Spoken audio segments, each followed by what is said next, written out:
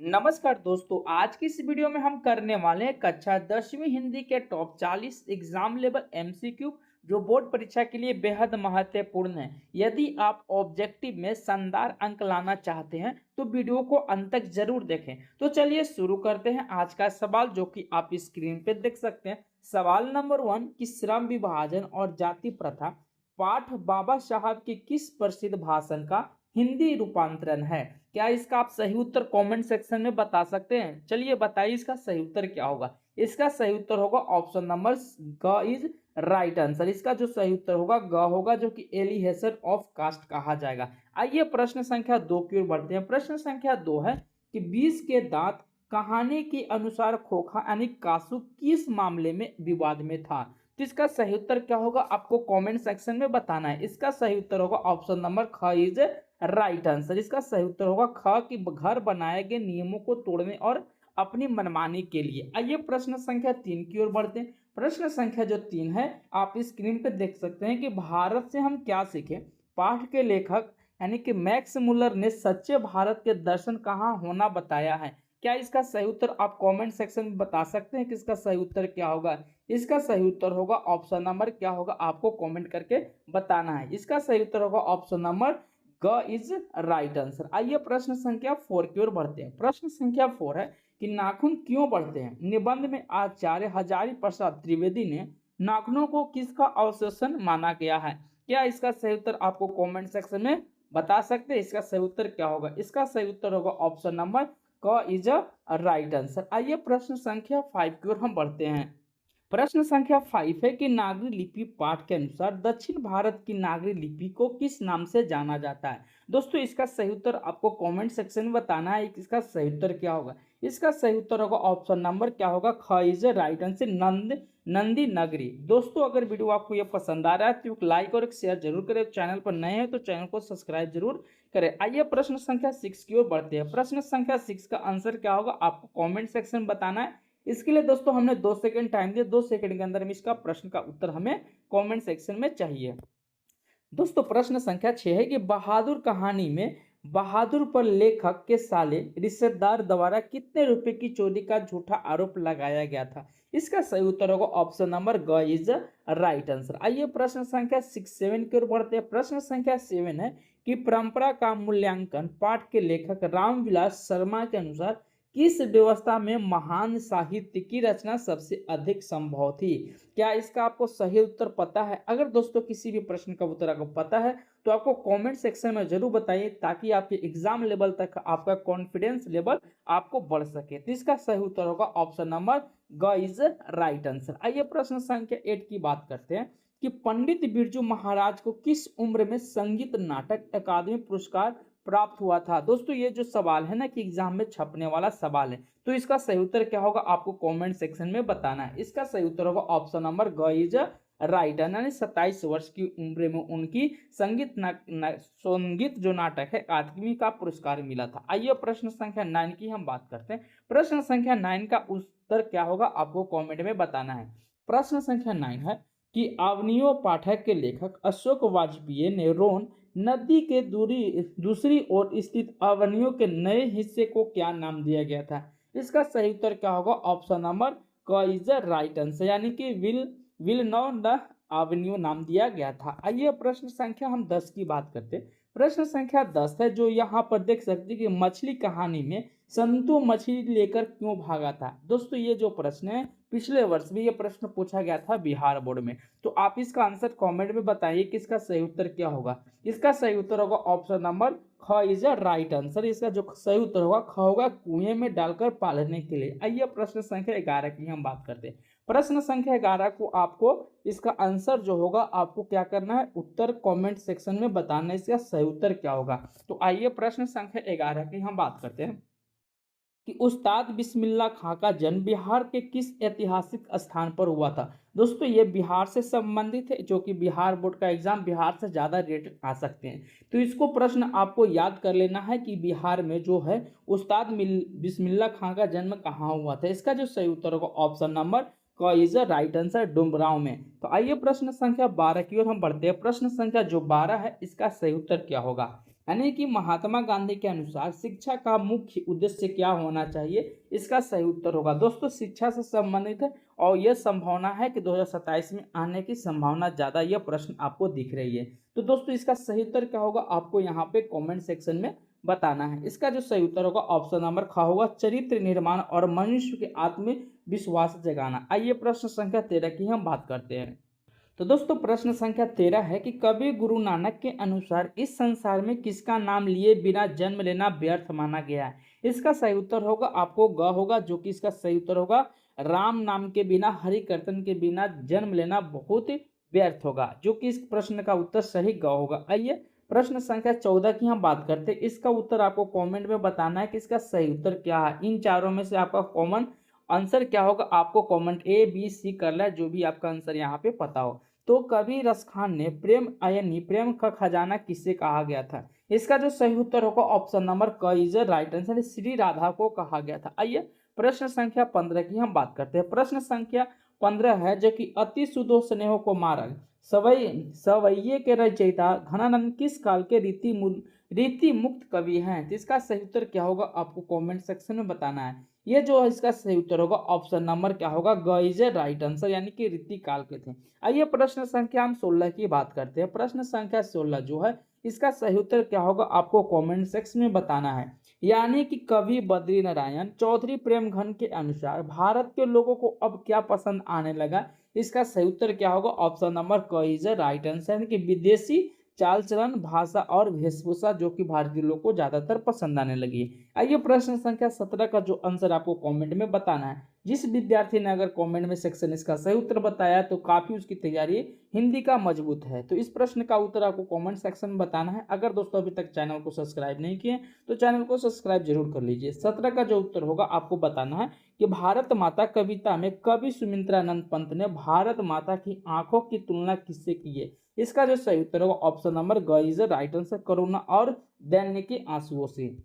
तो चलिए दोस्तों प्रश्न संख्या 18 की ओर बढ़ते हैं। प्रश्न संख्या 18 का आंसर क्या होगा आपको कमेंट में बताना है कि जनतंत्र का जन्म कविता में राष्ट्र कवि रामधारी सिंह दिनकर ने किस सिंहासन की खाली करने को कहा गया है। इसका जो सही उत्तर होगा ऑप्शन नंबर क्या होगा ख इज राइट आंसर, विदेशी और शोषक शासकों के लिए कहा गया था। आइए प्रश्न संख्या 19 की हम बात करते हैं। इसका जो सही उत्तर होगा क्या होगा आपको यहाँ पे कमेंट करके बताना है कि इसका सही उत्तर क्या होगा।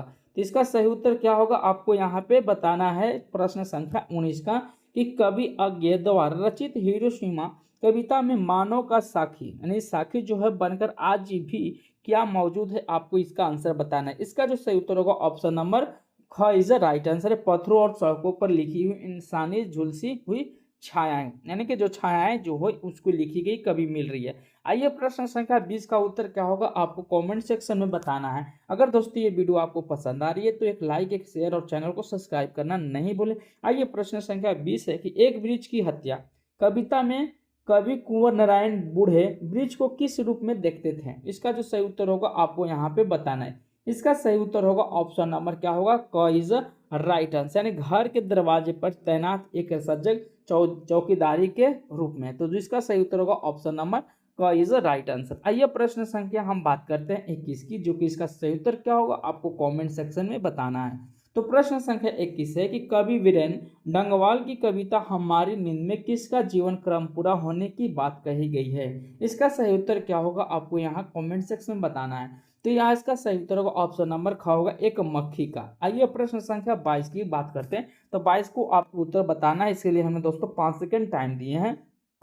तो प्रश्न संख्या 22 का आपने उत्तर कमेंट सेक्शन में बता दिया होगा। हमें उम्मीद है कि अक्षर ज्ञान कविता में अनामिका के अनुसार बच्चा घ अक्षर को क्या समझता था। इसका जो सही उत्तर होगा ऑप्शन नंबर क्या होगा आपको बताना है। इसका आंसर होगा ऑप्शन नंबर क इज राइट आंसर, घड़े जैसा लुढ़कता हुआ। आइए प्रश्न संख्या हम बात करते हैं 23 की, जो कि इसका सही उत्तर क्या होगा कि कवि जीवानंद दास अपनी कविता में लौटकर आऊंगा फिर मैं किस राज्य की धरती पर वापस आने की बात करते थे। तो इसका जो सही उत्तर क्या होगा आपको कमेंट सेक्शन में बताना है। जो दोस्तों जितने भी हमने प्रश्न उठाए हैं सभी इंपॉर्टेंट है, जो कि बिहार ओरिएंट एग्जाम 2027 में आने की संभावना ज़्यादातर है। तो आई होप दोस्तों इस प्रश्न का उत्तर आपने कमेंट सेक्शन में कर दिया होगा। इसका जो सही उत्तर होगा ऑप्शन नंबर ग इज राइट आंसर, बंगाल में आने की बात करते थे।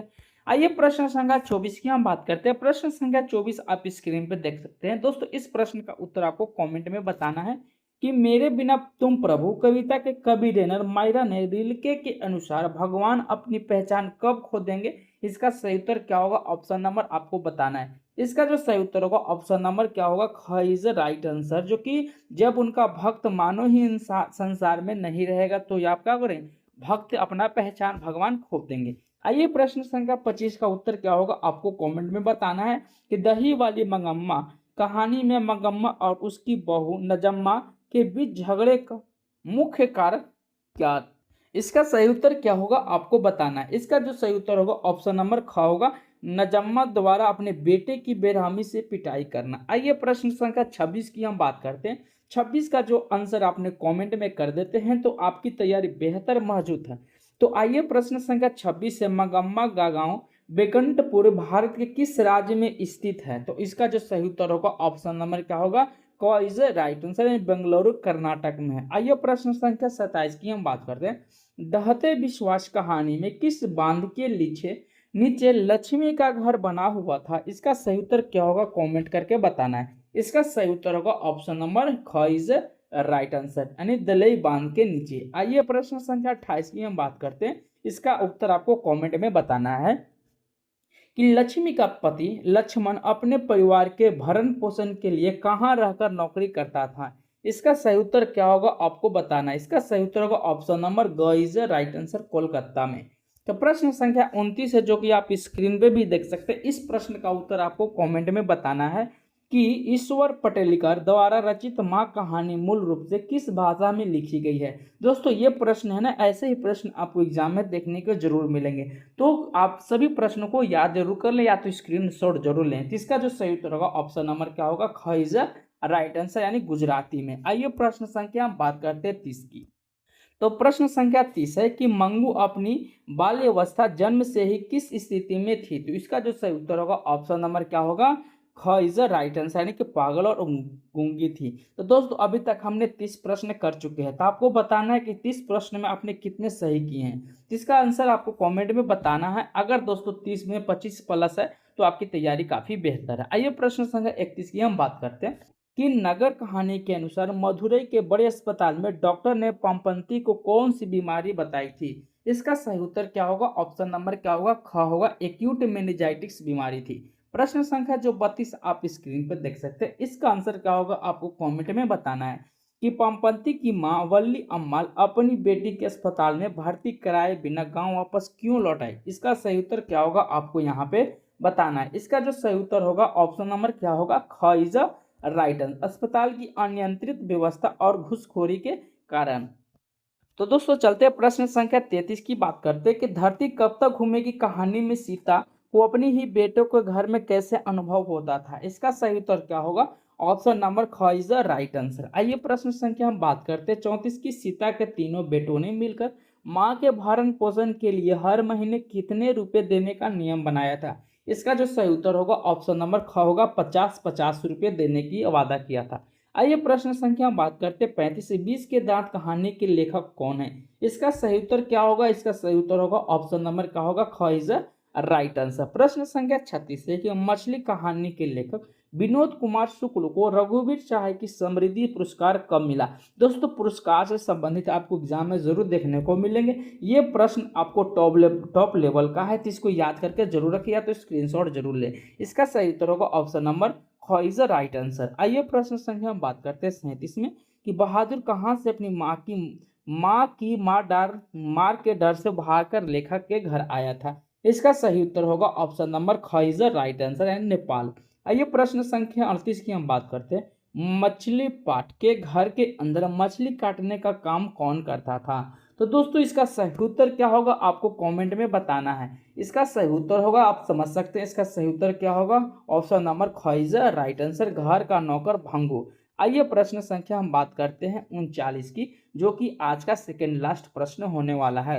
नौबत खाने की इबादत पाठ के अनुसार बिस्मिल्लाह खां काशी के किस मंदिर में शहनाई बजाना अपना दिनचर्या मानते थे। इसका सही उत्तर क्या होगा, ऑप्शन नंबर क्या होगा, क इज राइट आंसर, संकट मोचन हनुमान मंदिर और बालाजी के मंदिर में। आज का लास्ट प्रश्न है दोस्तों, प्रश्न संख्या आप देख सकते हैं 40 की जीत जीत मैं निखरत हूँ पाठगंध की कौन सी विधा के अंतर्गत आता है। इसका सही उत्तर आपको क्या करना है, कमेंट में बताना है। इसका सही उत्तर क्या है, इसके लिए हमने दोस्तों आपको 2 सेकंड टाइम दिया। 2 सेकंड के अंदर में इस प्रश्न का उत्तर आपको कमेंट में बताना है।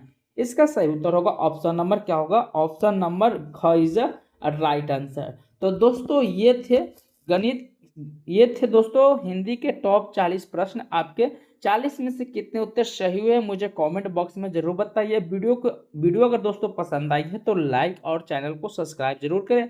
मिलते हैं अगली क्लास में। थैंक यू, तब तक जय हिंद जय भारत।